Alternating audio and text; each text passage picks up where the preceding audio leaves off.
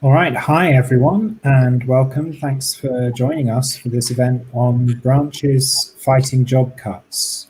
We're going to be hearing from members on recent, successful, and also in one or two cases, current campaigns against job cuts in higher education. The event is going to be chaired by Jane Thompson, who works with me at UCU head office as our national official in bargaining and negotiations, specifically with a focus on anti-casualisation, but also lots of other things as well. Jane's going to introduce the speakers and some of the questions in a minute, but first of all, just a couple of housekeeping notices. We're very lucky to have this event signed by Rebecca Spencer, so thanks very much to Rebecca for joining us.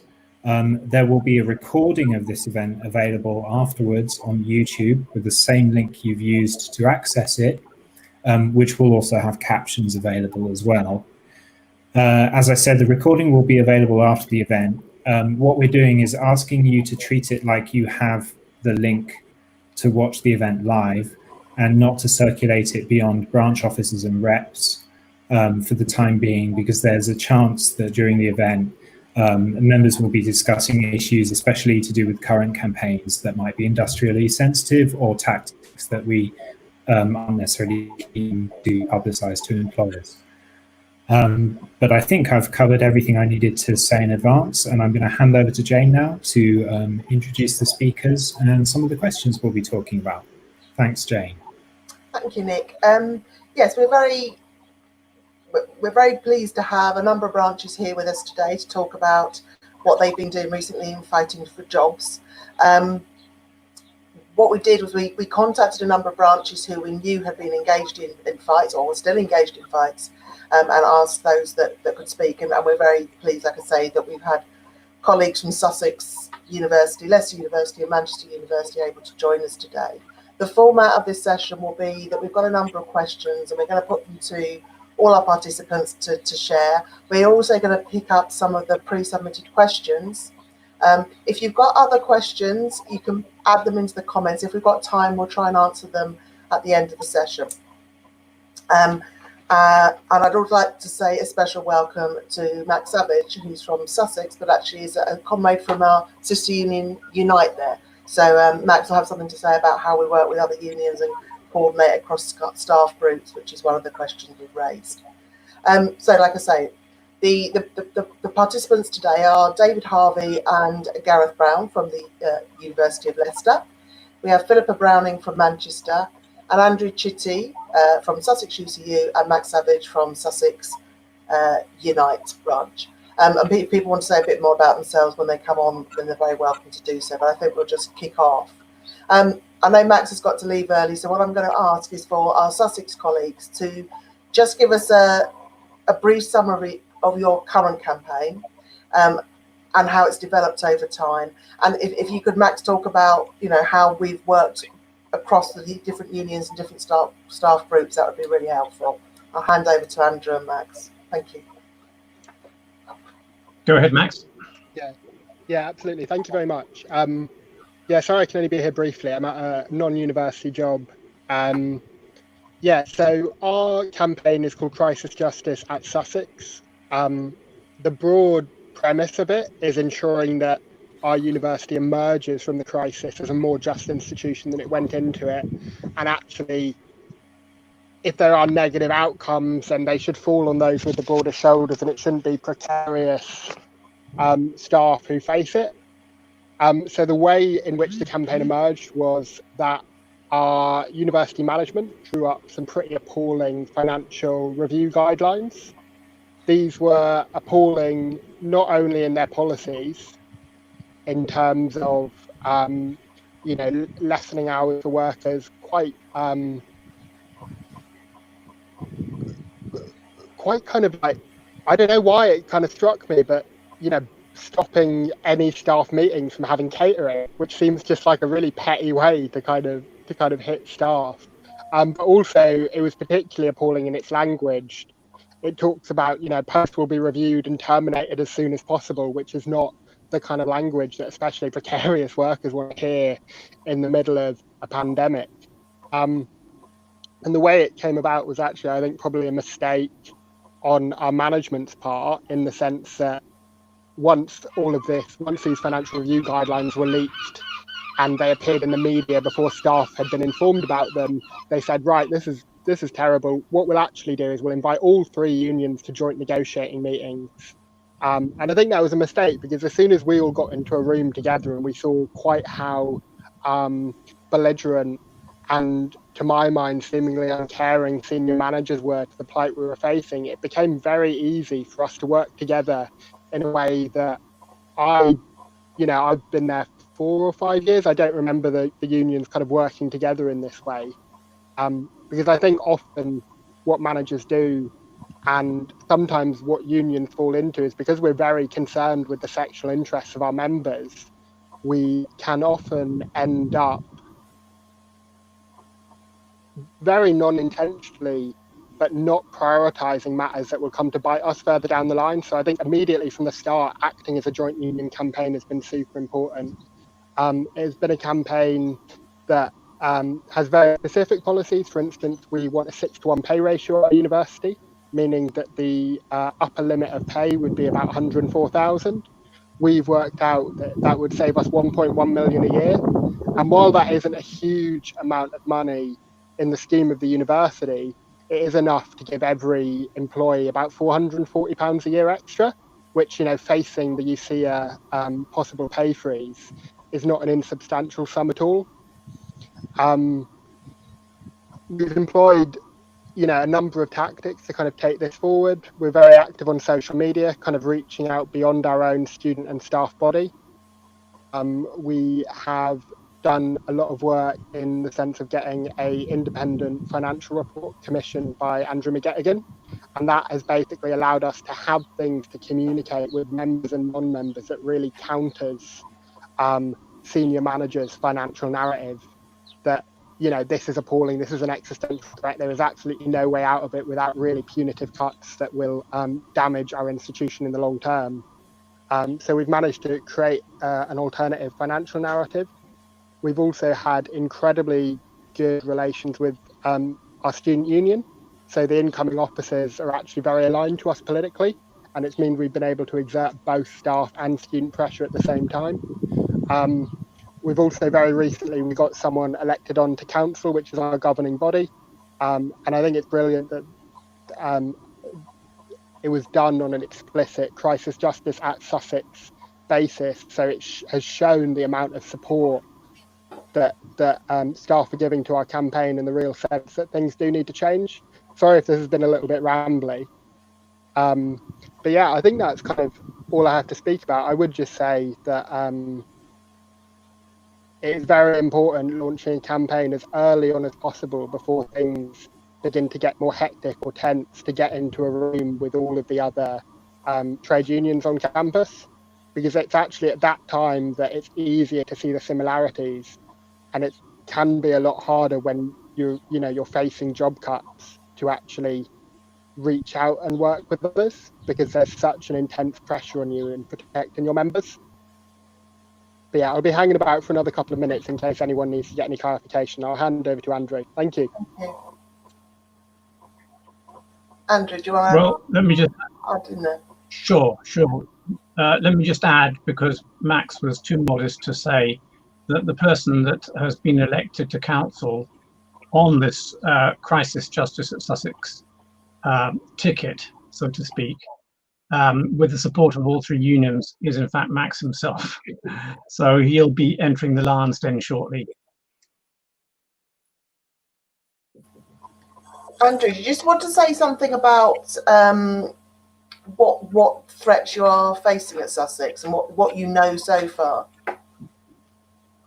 Yeah, I can expand a bit on what Max said. So initially, with these financial review guidelines, which came out on the 25th of March, but then as a result of the pushback from the Crisis Justice at Sussex campaign, which we created, were then revised fairly substantially on the 7th of April, so they pulled back a bit from them. In those financial review guidelines, the really, from the point of view of staff, what was destructive was the non-renewal of contracts of general teaching assistants and of fixed-term contract staff in general. The view was in the financial review guidelines, they said, unless these are absolutely business critical, they must all be terminated. So that was, we haven't been able to force that back entirely, but I think we can say that we've been able to somewhat ameliorate it, somewhat mitigate it, and that in some cases heads of schools are not actually applying those guidelines, even though they've been instructed to, as a result of the pressure that's come from us. But still, officially, the financial review guidelines are going ahead. There's a bigger thing, which is the threat of serious redundancies. What they've done with regard to that is signaled that they may have to, as they put it, review our cost base in the autumn, but that they're not going, they said they won't do anything about that until September, until they know what the numbers are, what numbers of students are. We don't know how much that's the effect of our campaigning and the stance that we've taken at negotiations. We hope that their fear that we would kick up a huge reaction to compulsory redundancies, given how big a reaction we made to the attacks on precarious staff, we hope that that has contributed to them deciding not to make any further cuts for the time being, and instead they've signaled that they're going to go into deficit by £12 million next year. That's the base case scenario for next year at the moment. But we don't know, and I suspect that everything will depend on how bad the numbers really are. If the numbers are really bad, there may not be much we can do. If the numbers are great, they probably won't want to sack anyone anyway. But if the numbers are in the middle, then I think that the effect of the campaign that we've had already, plus the kind of continuing work that we're doing to win hearts and minds, to build an alternative financial narrative, will stand us in good stead if it comes to a clash, and may enable us to tip the balance against their going for a programme of compulsory redundancies. That's what we're hoping anyway. Thank you, Andrew. I'm sure we'll join you in hoping that too. I'm going to ask David and Gareth, I can't remember which one's doing the first bit of this, but just to talk a bit about your campaign. Yeah, so David, do you want to kick off? Just outline what's been happening at Leicester, or what was happening. You might want to give a bit of historical perspective to it. Thanks, Jane. I'm struggling to share my screen. Is it possible for Nick to share the slides? I'm sure it is. I'm sure he's doing something behind the scenes right now. You're able to say a few words while he sorts that? Of course. So this is a campaign from a couple of years ago in the summer of 2018. And as you may see on the first slide, we're quite proud of the campaign. Not only were we successful, but we were runners-up in the Midlands TUC Campaign of the Year award. So next slide, please, Nick. What we've got here coming up is a timeline of the campaign, and I'll kind of talk through this, and it will respond to some of the questions that we've been asked, and then when we in the next kind of round, as it were, Gareth will talk about the outcome of the dispute, and then later on we've kind of pulled together some thoughts about why we think this campaign was effective, which we think are transferable lessons, as it were. What Max said in his talk about Sussex, and then Andrew kind of reiterated the point about getting in early and getting in aggressively, responding aggressively and early to management's plans, and that's exactly what happened in Leicester. So in May, the Vice Chancellor announced that there would be compulsory redundancies as part of a restructuring and in order to reduce staff cost to income. And this was simply announced in an all staff kind of communication. There was no consultation with UCU or any other unions to begin with. Now immediately we received this communication, the communication to all members of the university. We called an EGM. It was a very well attended EGM, probably roughly 1 in 10 of our members attended. And we resolved to campaign against all compulsory redundancies, to look into creating our own alternative financial case and strategic case, and also to ballot for industrial action. So immediately we passed this quite strong, quite aggressive resolution. We wrote to managers asking for assurances that there wouldn't be compulsory redundancies. We didn't get that assurance, and so we immediately launched the campaign. So that the time gap between the Vice Chancellor's announcement in an all-staff communication to our campaign kicking off was a matter of probably 2.5 weeks, I think. Moving into June, we began our campaign under the slogans "Workers, not widgets," and "Brains before buildings." We'll talk a little bit more about why we think that was those slogans were good a bit later. Through the summer, between June and August, we had lots of communications with members. We had posters and flyers, which National UCU helped us produce. As part of the campaign, the resolution in our EGM was, yes, we will strike. If we have sufficient member support, we will strike. So again, this kind of goes back to echoes the point that Max made. We responded quickly and aggressively. And so in August, we had a strike ballot, 55% turnout, which is, any of you who've been involved in Get Out the Vote campaigns, to get a 55% turnout with a 3-week strike window over the summer period, we were very, very pleased with that 55% turnout. And as you see there, almost 2/3 of the members who voted for strike action, and more than 3/4 voted for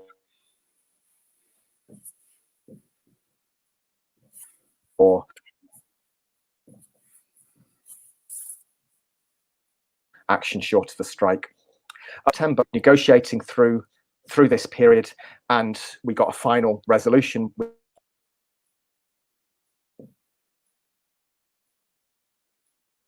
management literally 2 working days before, no compulsory redundancies. So in that sense, it was a very successful campaign, and Gareth will talk about some of the concrete changes to university policy that we also won as part of that.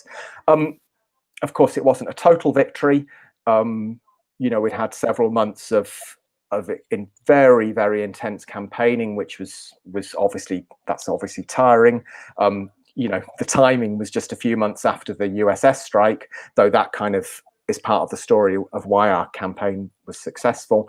And of course, there were colleagues who were threatened with redundancy. Some of those jumped before they were pushed. Others accepted voluntary severance. So in that sense, the university still lost members of staff. So it wasn't a total victory. And that's me done for now. Oh, maybe the next slide, you can just see some of the posters produced, and then that will be me.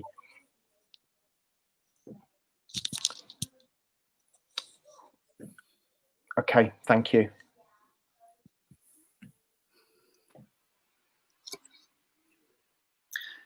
Would you like me to come straight in there, Jane? Or yeah. So it was really nice actually to be able to have the opportunity to kind of review what had actually happened as a result of this campaign when preparing for this meeting, because we did actually achieve a great deal, as well as all of the business cases being cancelled. We also came out of the campaign with a brand new redeployment and retraining policy, which involved much larger retraining budget. We came out of it with an enhanced VSS package, much more attractive than the one that was being offered previously. And we came out of it with a new policy negotiated around the management of change, the new management of change protocol, which attempts to kind of maximize staff involvement in kind of organizational change before there's any question of redundancies. So it was a really big victory, and in exchange for this, we obviously called off our strike action, and we also agreed to no triumphalism, which was very important to our employer at the time. So actually, if you go to our website and look at the various communications on this, they're quite odd, because you get all of these kind of impassioned pleas for people to fight, and then suddenly very restrained, quite reserved reports of this astonishing victory. And actually this is quite a big concession, because we use those kind of reports of our victories as a way of developing our union and encouraging people on board. So in terms of those were the kind of concrete outcomes in terms of policy.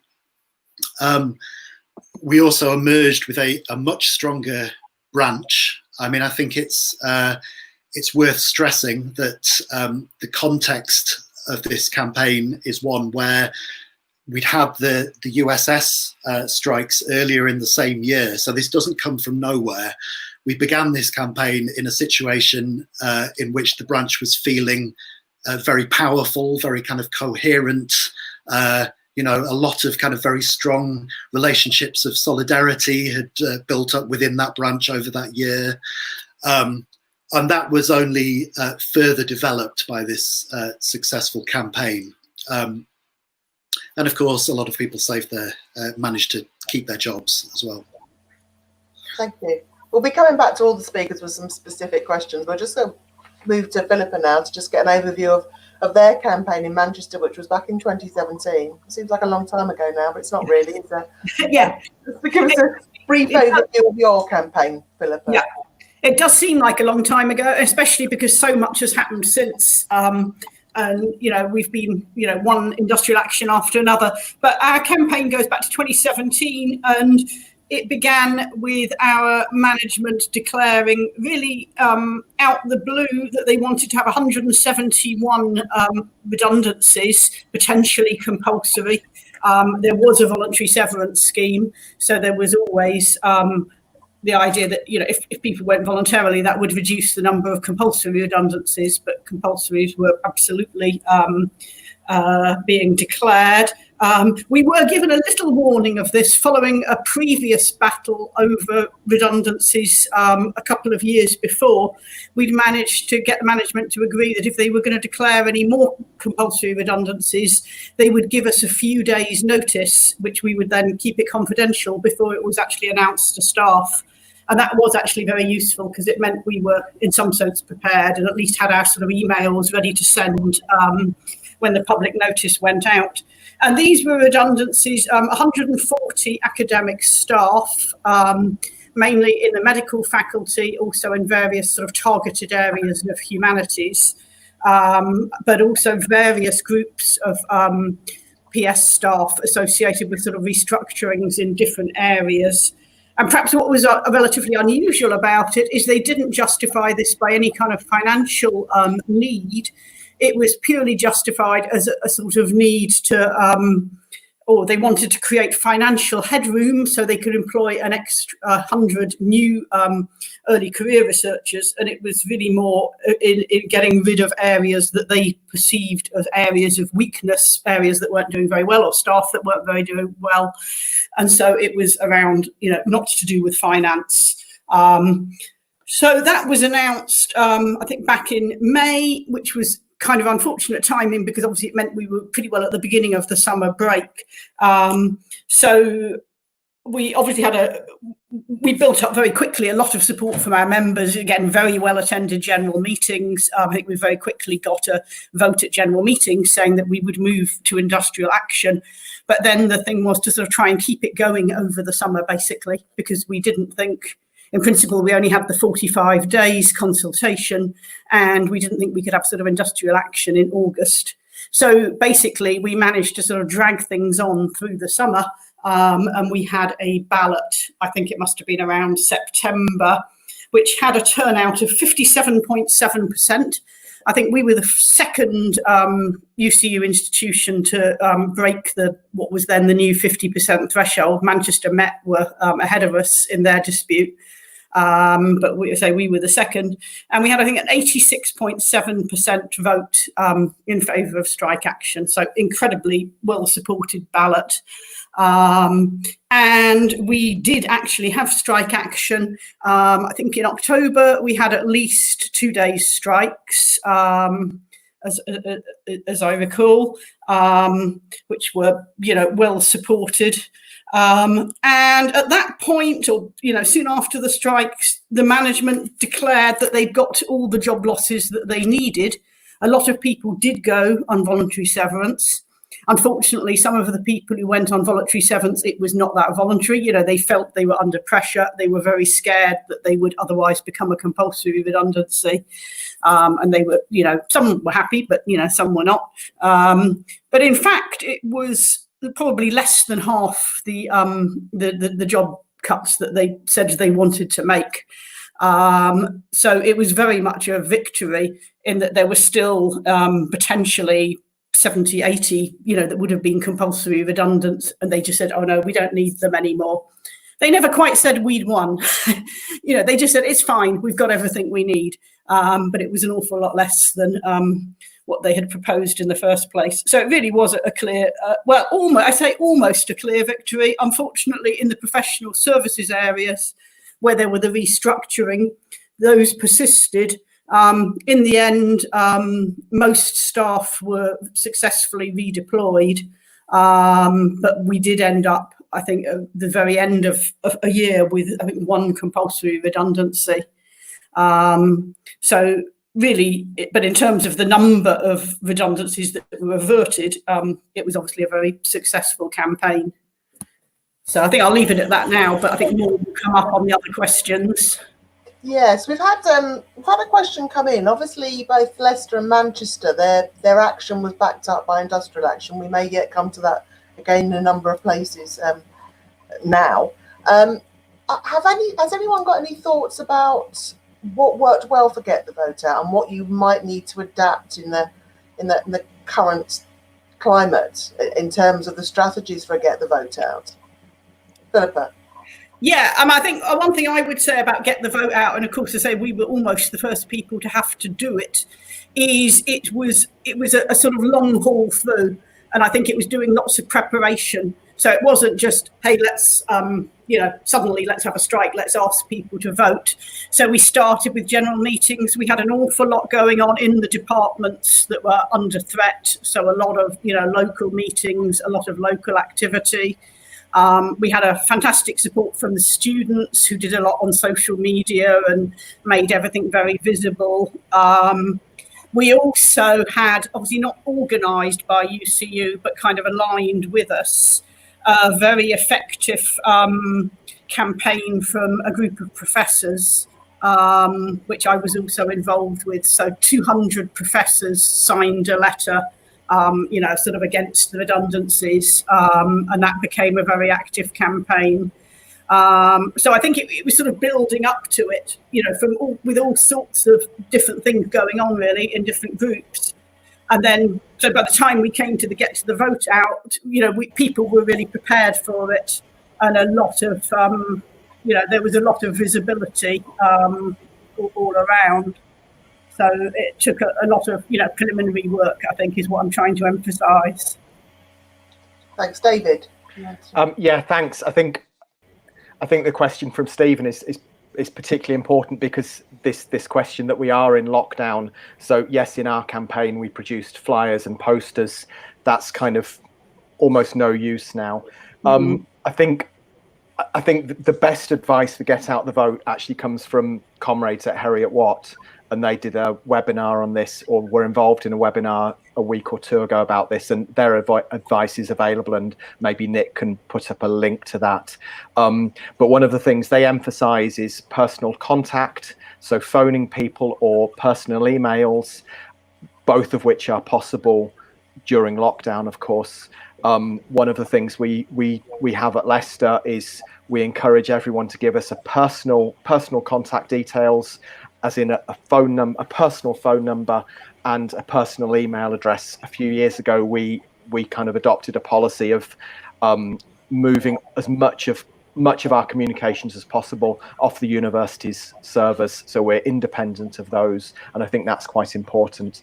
And the general point is we already had an engaged membership because of coming out of the USS strike, a point we might come back to, and so people were engaged in that sense. And when we encouraged people to vote, it wasn't simply a question of vote, it was a question of here's our analysis of what's going on, here's our counter narrative, this is their vision, this is our vision, and vote. So it was kind of, in a sense, it's kind of hard to separate the shoe work of phoning people from actually presenting a convincing counter narrative. But the Harriet Watt stuff.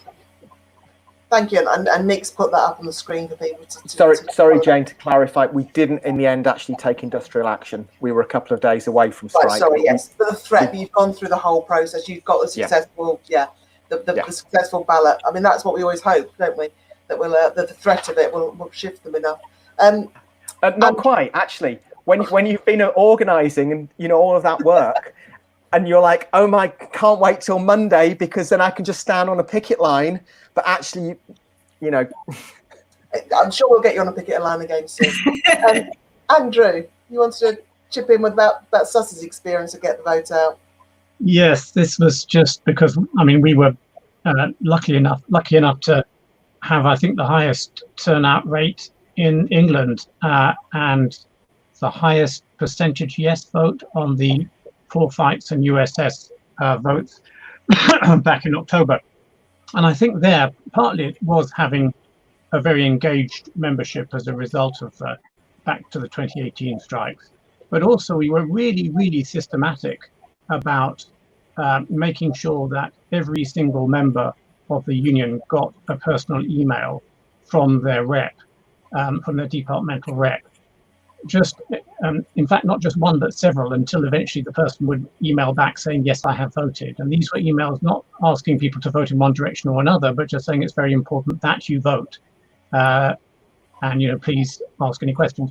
But the other experience that we have is more recent, which is Max Savage's campaign for council, where this was a position for council which was just for professional services members, of which there are about 1,200 at Sussex.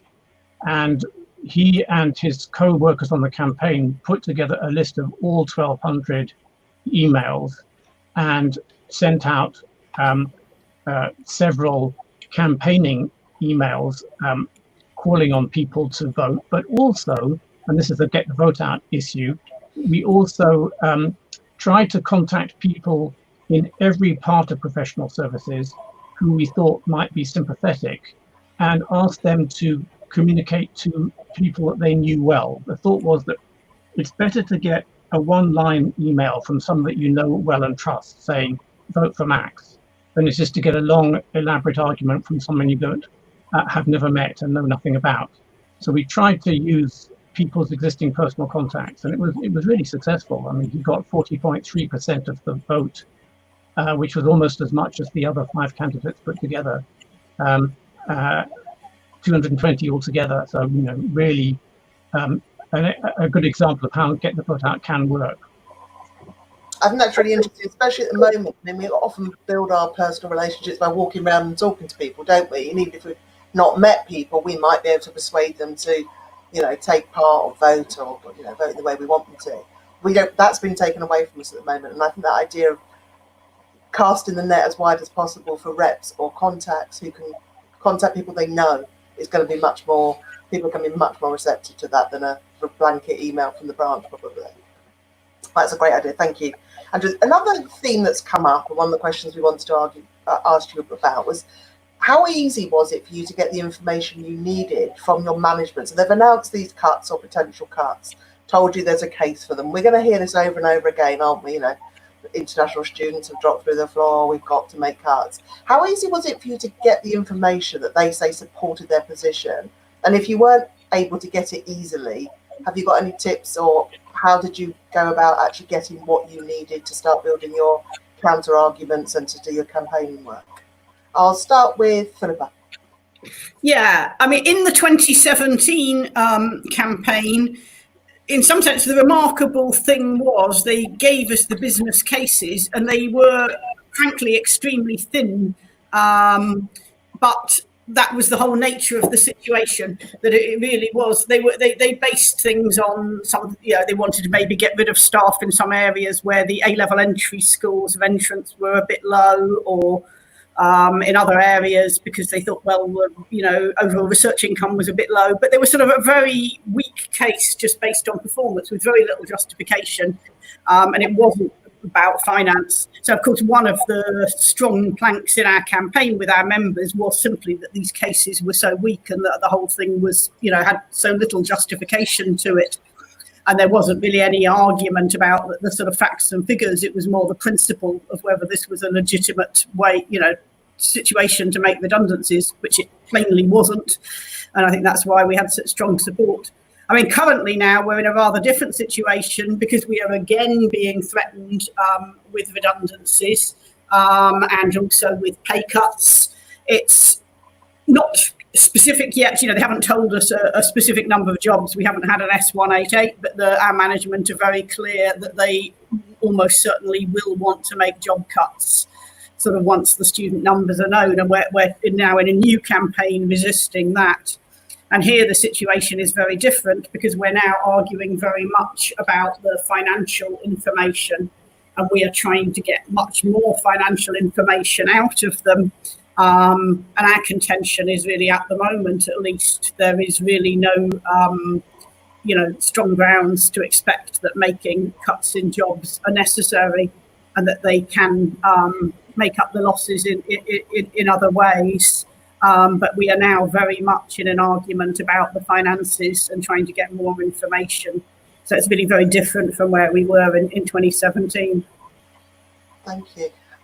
Just to flag up that we did run one of these webinars on reading accounts. So if you do get, you'll get hold of some accounts.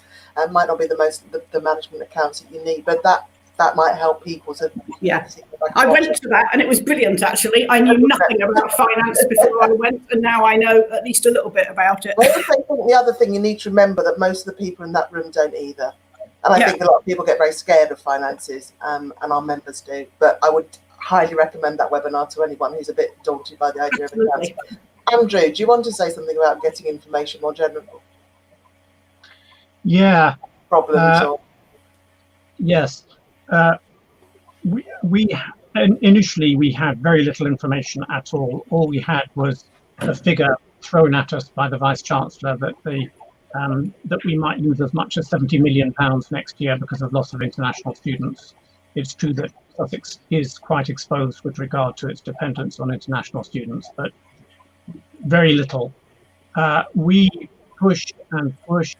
We asked for council papers. A lot of the council papers, governing body council papers, are not published to staff. We requested that they be published or that we be given them. That so far hasn't worked at all. We have said that we're going to go to ACAS. There's a link which I've asked Nick to put up in the comments to a very helpful booklet on this done by ACAS. What we think was the most effective thing that we did was to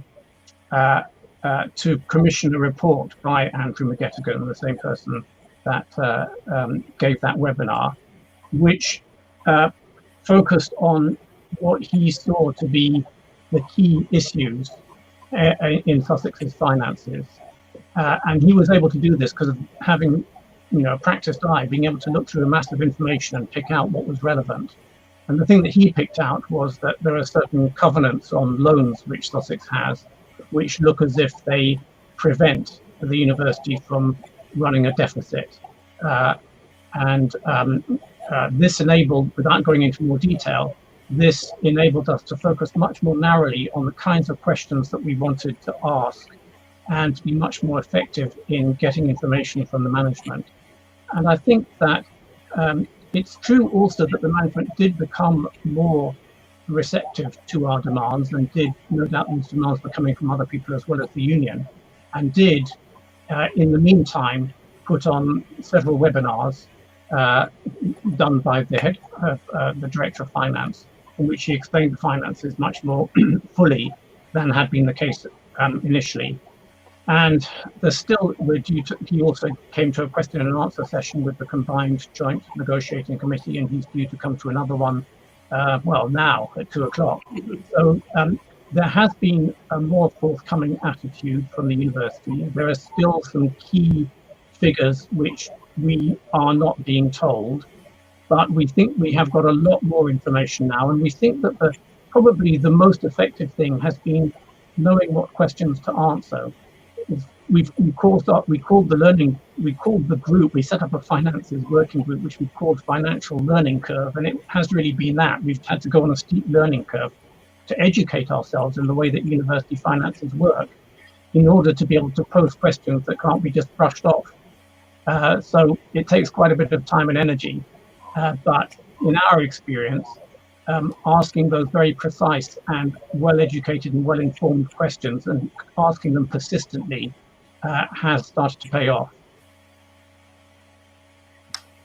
Okay, I'm going to go to Gareth. We seem to have lost the Carry on. Okay, yeah, so I mean, in a sense, our experience was not dissimilar to the one that Philip has just elaborated, in that although there was a kind of overall institutional case around finances, we had this whole series of kind of quite incoherent set of business cases, which brought in a variety of different arguments, some financial, some kind of hinting at performance issues. And actually, in many of those cases, we didn't really need very much information at all to refute those cases. Rudimentary knowledge of the law around redundancies and some common sense was enough in some cases. Where that wasn't enough, we were able to gather some information through simply through inference and looking at the information that we already had. We became very good at freedom of information requests. So we still make a lot of freedom of information requests as a branch. Obviously, when things are happening very quickly, as they were in this case, that's quite limited as a tool. Takes a very long time, and actually there are lots of opportunities to slow that down if you don't want that information to get out as well. We also did fairly thorough financial analysis based, I think largely based on information that was already in the public domain. In fact, David, you were much more directly involved in that than I was. So do you want to elaborate on that? Yeah, I can say a few words. I think Andrew mentioned that this is kind of quite painstaking work. With us, it started back in 2016 with an earlier campaign, which was unsuccessful actually, where we started looking at the university's finances. Nick has mentioned the Andrew McGettigan webinar, which is I watched. I totally recommend that. I think it's probably worth looking which members you have in accounting departments or maths departments or economics departments, and target one or two individuals and say, hey, we need this work doing, can you help us interpret the accounts? Each year now, I have a spreadsheet going back 20 years, which I update every year with some key information for us. And I've spoken with Sam Marsh from Sheffield UCU about this, and he does exactly the same thing. So as an example of one of the things I've done, I wrote a piece called "Pop Goes the Weasel" about that's where the money goes, and this was kind of inspired by something similar that Sam Marsh did for Sheffield. And I think this is important, is because if your managers say, oh, we've got a such and such deficit, we have to cut jobs, you can go to the accounts and almost certainly they're not lying about the deficit. I mean, it's kind of, there are very few smoking guns in these accounts. If they say there's a deficit, there almost certainly is a deficit. So to counter that, I think what we need is kind of an alternative vision. Why is there a deficit? And to get that sense, you kind of need to take a longer term view. So in this piece that Nick's just linked to, we look at the trend of buildings over time, and we look at how spending on professional services staff, for example, has gone up by 150% over a decade, but spending on teaching staff has only gone up by 20%. And so we said, well, hold on, what are these professional staff doing? We make it very clear in the document that we're not saying sack professional services staff, and don't. But we question how the leadership is spending income. And it's only possible to get that sort of information by taking a longer term perspective over a decade or so. But those accounts are all in the public domain, going back for at least 10 years for every university. And Andrew McGettigan has the details on that. Thank you. Andrew's getting lots of big ups from everyone, isn't he? And just like to apologise hugely to those of our members who are using our interpreter, and to Rebecca for some technical issues where she disappeared. If there's bits you missed, the recorded version will have captions. We didn't lose it very long, but I appreciate that made it inaccessible for some of our members, and huge apologies for that.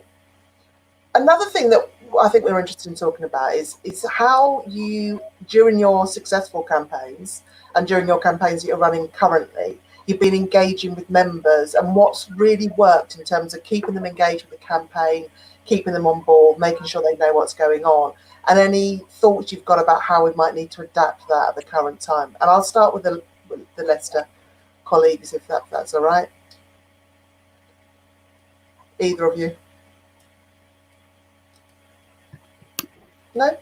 David or Gareth, do you want to say something about just keeping members involved and how we do that? Yeah, so I mean, we were quite lucky in a sense in terms of when that campaign happened. Not simply because we were actually able to occupy the same spaces as one another and have face-to-face conversations, but I think because there was such an amount of kind of conversation and such amount of working together going on. Because of the fallout from the USS strikes earlier in the year. So members were already very engaged for us. We were also able to take advantage of managerial incompetence. I think at the same time, we were at around about the same time as our redundancies were announced. There was also an announcement that the former Conservative Minister, David Willits, was going to be the new Chancellor for the university, which the student body were absolutely furious about. So there was this kind of instant allyship around that. So the conversation, in a sense, was already there. There wasn't much kind of re-engaging that we had to do with people at that time. I don't know if do you think that's true, David? Yeah, I think that's it. Yeah. It was an already an engaged and angry membership, and in that sense, yeah, we were blessed with our Vice Chancellor because he was so incompetent and out of touch. Yeah. Philippa, sorry. Yeah, I think again going back to 2017. Well, it's perhaps almost the opposite in a sense that this came much more as a bolt from the blue, but that also made it, in some sense, very easy to get people engaged because I think people were simply shocked. And the whole scale of the number of redundancies that was proposed meant we got a lot in the press, in the local press, in the national press. This was in The Guardian and whatever, so people were reading about it there as well. And that, of course, has an effect both sort of internally and externally. And there was also a lot going on as well as through the union. There was a lot going on through what you might call academic channels, through sort of Senate, through school boards. Motions were passed in school boards. And I say there were sort of campaigns within the subject areas as well, to protect particular subject areas that were under threat, like languages and archaeology and so on. So this, I think, was being, very much sort of talked about, and we communicated, I suppose, through the usual means, through quite regular emails. Another means of communication, actually, which is sort of indirect, is we had negotiating meetings all through the summer with management. Every week, we had about a 3-hour meeting in which we sat down and we just basically tried to pick holes in how they were doing the selection for redundancies, how they'd chosen the pools for redundancy, what were the criteria. We just constantly picked holes in that in a very detailed way. And those minutes were published on the website every week. And people actually read them, somewhat to our amazement. And I think that really showed that we were doing the work and, making the arguments, and also that there just were so many flaws in the management case, basically. So all those, methods of communication. But now, of course, it is, very different. I mean, the one good thing we have now, I think, is it's much easier to get people to branch meetings. So we're having Zoom branch meetings, as I'm sure everyone is, and the attendance at those tends to be very good. We're having them more regularly than we normally would have general meetings. And also campaign groups are meeting, like fixed term contract staff, graduate teaching assistants have got their own campaigns, and some of those things work quite well through this online thing. But I think what you miss totally is the sort of face-to-face conversations, the chatting to someone in the corridor, talking in the coffee room, all those things, that putting up posters, even all those things you can't do. And I think generally also, people are just at home and isolated, and people are feeling more vulnerable, I think. The pressures on people at the moment are quite high, which puts us in a, more difficult situation in some ways. Andrew, have you got any tips from what your campaign you've been running? Because yours is running during the lockdown period, and what's been working for you in terms of speaking to members, keeping them engaged? Well, I think that there are two kinds of engagement, or two kinds of member that we are trying to engage. And one is the kind of member who is potentially an activist. And there, I think we've been pretty successful. We took a decision after the 2018 strike to include all departmental reps in meetings of the committee, or executive as we call it. So we have an exec and reps email list, and weekly, at the moment, weekly exec and reps meetings, which are much larger than the exec meetings used to be. And additionally, we set up a Slack workspace, which has, along with a number of WhatsApp groups, which have facilitated the amount of activity that's being done by those who've become more actively involved. With about 70 or 80 people in the Slack workspace, we've got at least a dozen different working groups. There's a tremendous amount of activity going on. And I think that there we can say that we've been quite successful, thanks to using thanks to opening up the space, as it were, inviting people to join the executive in effect, and thanks to using this kind of technology that enables people to, well, really to be more agents, to have more agency in their participation in the union, as opposed to just being passive and letting the union work.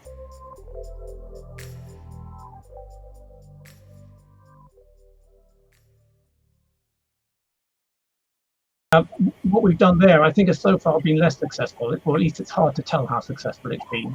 We continually send emails out. We do keep people informed of the minutes of the joint negotiating committees. We also have a very active Twitter account. We've also done surveys. We did a health and safety survey on people's experiences of how well or safe or unsafe they felt, which had a very high response rate. And we've also done, I mean, this wasn't intended as a means of engagement, but I think it has produced engagement. We also did a poll to decide what percentage of the branch's funds should be donated to the National Fighting Fund, which got a lot of, we basically said, what do you want? 0%, 5%, 10%, 15%, 20%, and we'll send the average of what everyone wants. And I think even in that small way, giving people agency, giving people the opportunity to have an effect on what the union is doing, is, to my mind, a way of engaging members. People will feel engaged if they feel that they can make a difference. Thank you.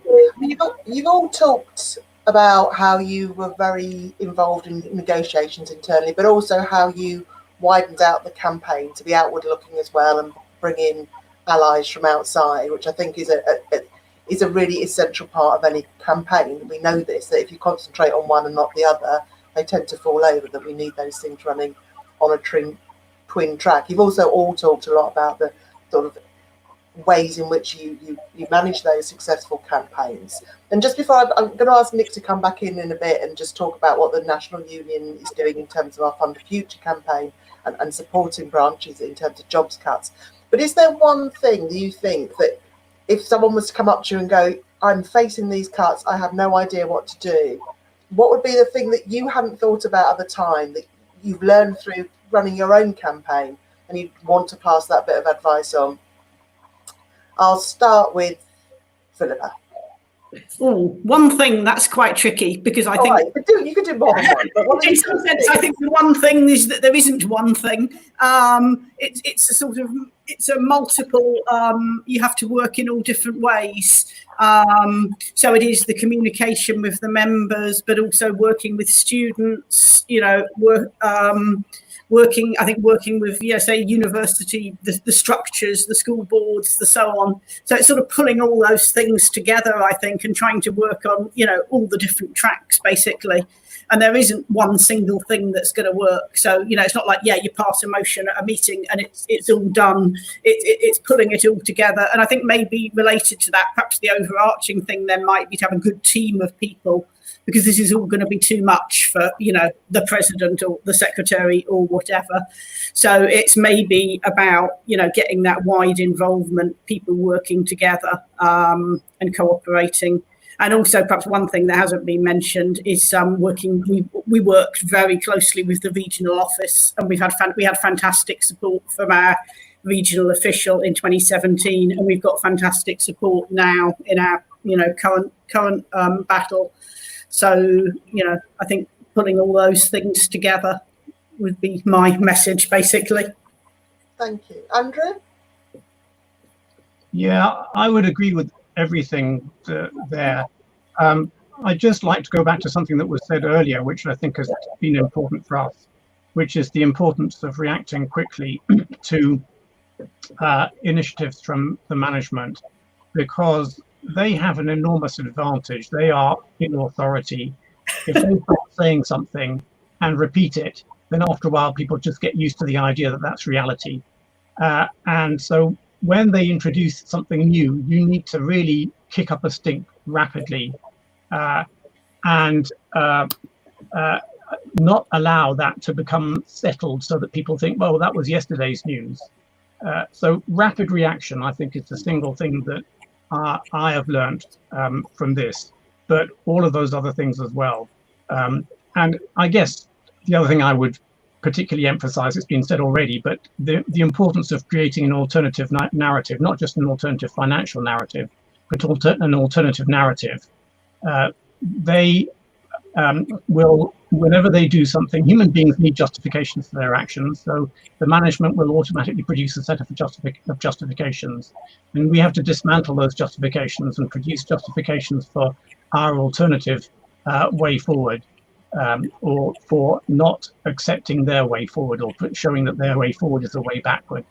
So rapid reaction and creating an alternative narrative seem to me very crucial. I mean, especially in circumstances like the present one, where for us at least, industrial action is a little way off, partly because people are still kind of picking themselves up after the last 22 days of industrial action, and partly because they haven't hit us yet with any serious proposals for large-scale job cuts.